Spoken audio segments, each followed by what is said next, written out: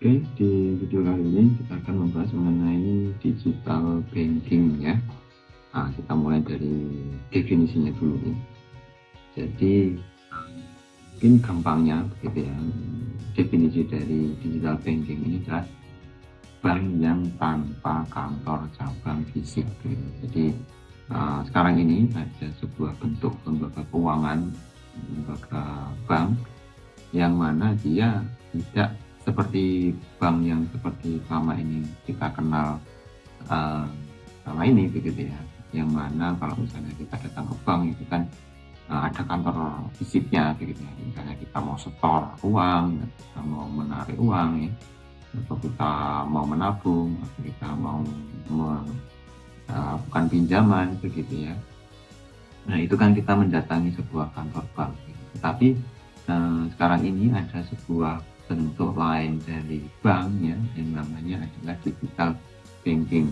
Karena namanya adalah digital, maka semua layanan yang dilakukan oleh bank tersebut itu dalam bentuk digital, mulai dari transfernya, mulai dari kalau misalnya mungkin kita akan menabung, kita akan melakukan setor uang gitu ya, ataupun kita mau menarik uang, ataupun kita mau meminjam uang gitu ya, semuanya dilayani dengan cara digital. Nah itu adalah mungkin definisi gampang dari digital banking gitu.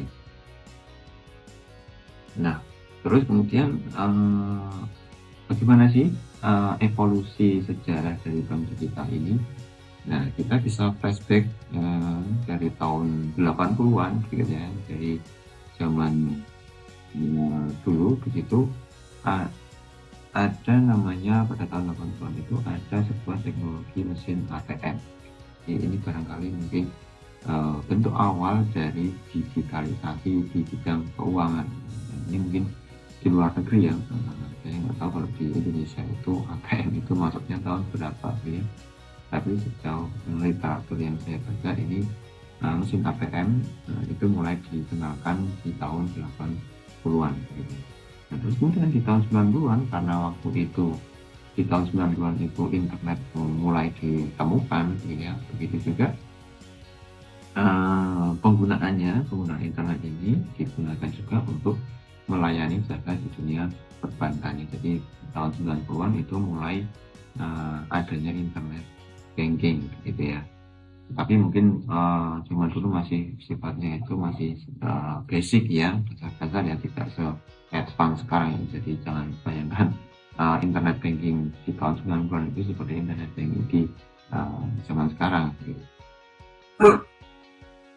Nah terus kemudian di tahun 2000-an itu mulai muncul yang namanya mobile banking ya, karena waktu itu di tahun 2000 itu mungkin mulai berkembangnya atau mulai marak-maraknya itu yang namanya mobile phone ya, atau telepon genggam gitu. Sehingga orang mungkin berpikir bagaimana bisa mengakses layanan bank ini dari mobile banking mobile phone-nya begitu, dari telepon genggamnya begitu. Sehingga mulai muncul yang namanya layanan mobile banking. Nah terus kemudian di tahun 2010-an karena waktu itu internet itu sudah mulai sudah mulai mapan gitu ya, sudah mulai dikenal secara luas di seluruh dunia gitu, maksud juga di Indonesia begitu ya, penggunaannya itu sudah mulai merata begitu, sehingga muncul sebuah layanan atau sebuah ide untuk menawarkan sebuah bentuk bank yang tidak mengenal yang namanya kantor fisik ya, atau bank digital ya. Jadi semua layanan itu dilakukan secara digital. Nah, bank digital pertama yang melakukan itu adalah namanya Revolut ya. Kalau nggak salah di Inggris, terus kemudian N26, terus kemudian juga ada Monzo. Nah, kalau di Indonesia ada yang namanya Genius ya, yang nanti kita akan bahas. Nah, sekarang kita lihat bagaimana sih perbedaannya dengan bank tradisional ya. Bank digital ini, bank tradisional ini maksudnya bank yang punya kantor fisik begitu. Nah tentu saja yang pertama tadi saya sebutkan bahwa kalau bank tradisional itu memiliki kantor cabang yang fisik, gitu ya, ada kantornya ya, entah itu kantor, entah itu milik dia ataupun menyewa, gitu ya, jelas ada kantor fisiknya untuk melayani nasabahnya. Nah, sedangkan kalau bank digital ini tidak ada kantor cabang fisik ya, jadi semua layanannya itu dilakukan secara digital atau melalui aplikasi, gitu ya, melalui aplikasi, melalui smartphone. Gitu. Nah, terus kemudian dari jenis produk yang ditawarkan itu komprehensif seperti investasi, pinjaman, deposito, dan manajemen aset.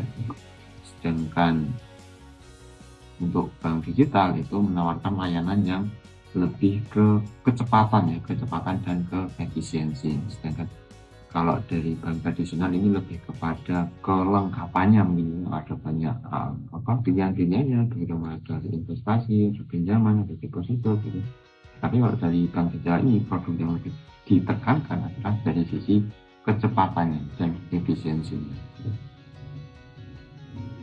Terus kemudian dari sisi biaya ya, nah tentu saja karena adanya kantor cabang fisik itu memerlukan yang namanya biaya operasional yang lebih tinggi ya, tentu saja karena ada operasional gedung ya. Nah, sedangkan kalau di bank digital itu tidak mengenal adanya biaya operasional gedung, okay. Sehingga biaya operasional ini bisa lebih ditekan.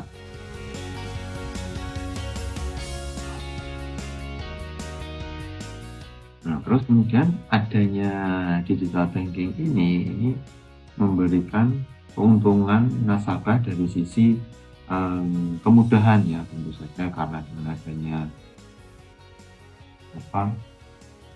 kemudahan akses ya, adanya internet gitu ya, layanan produknya itu bisa dijangkau dengan menggunakan aplikasi ya, tentu saja itu bisa dilakukan dengan mudah ya, bahkan mungkin kita bisa di mana saja, di kapan saja, jadi kita bisa mengakses layanan perbankan. Terus kemudian biayanya rendah, tapi karena si banknya itu tidak ada biaya operasional untuk penyewaan kantor gitu, ataupun membangun gedung gitu, sehingga pada akhirnya nanti biayanya akan lebih rendah gitu. Terus kemudian dari sisi kecepatannya gitu ya, aksesnya cepat ya, karena kita barangkali tinggal mengisi form ya, mengisi data diri, terus kemudian kita submit lewat aplikasi. Nah, nanti langsung mungkin dalam hitungan jam itu sudah keluar ya balasan dari banknya ya. Misalnya kalau kita ingin melakukan pinjaman gitu, nah kita tinggal isi submit apa dokumen apa yang diinginkan ya, kali KTP ataupun kita bisa melakukan foto gitu ya. Nah, nanti dalam hitungan jam nanti sudah bisa langsung cair gitu. Terus kemudian ada yang namanya layanan personal. Nah, ini karena di aplikasi tersebut itu bisa di customisasi. Customisasi itu maksudnya itu bisa menyesuaikan dengan perilaku dari si kitanya, si nasabahnya kan. Si nasabah pasti punya perilaku yang berbeda-beda gitu. Nah, nanti si aplikasinya tersebut juga bisa memberikan layanan yang berbeda-beda pula. Misalnya orang ini kalau mengakses layanan digital bankingnya, dia lebih suka untuk melihat produk-produk simpanan begitu. Nah, maka nanti akan oleh banknya nanti akan ditawarkan produk-produk yang lebih ke arah simpanan begitu. Nah, atau sebaliknya mungkin ada nasabah yang kalau misalnya dia buka aplikasi digital bankingnya, dia lebih banyak melihat produk-produk yang sifatnya itu ingin mencari pinjaman gitu. Nah, maka nanti oleh banknya ini tahu ya, karena dia punya record, punya histori dia mengakses produk apa saja begitu ya, sehingga nanti akan diberikan produk-produk yang lebih sifatnya itu ke arah pinjaman atau kredit begitu. Nah, itu layanan personal. Nah, ini bank digital ya, itu ada sempat singgung ya, ada Revolut yang ini berasal dari Inggris. Ini bank mungkin bisa dikatakan adalah bank digital pertama di dunia ya, Revolut. Kemudian disusul oleh N26 di Jerman, ada Monzo dari Inggris. Nah, terus kemudian kalau di Indonesia itu ada yang namanya Genius ya. Nah, ini sebenarnya bukan nama bank ya, tetapi adalah nama sebuah produk yang dikeluarkan oleh Bank BTPN, Bank BUMN. Nah, Bank BTPN ini mengeluarkan sebuah produk namanya bentuk pertama dari bank digital yang ada di Indonesia. Mungkin itu untuk video kita kali ini, dan ini adalah tugas yang harus kalian kerjakan. Silahkan dikumpulkan minggu depan untuk kita diskusikan bersama-sama.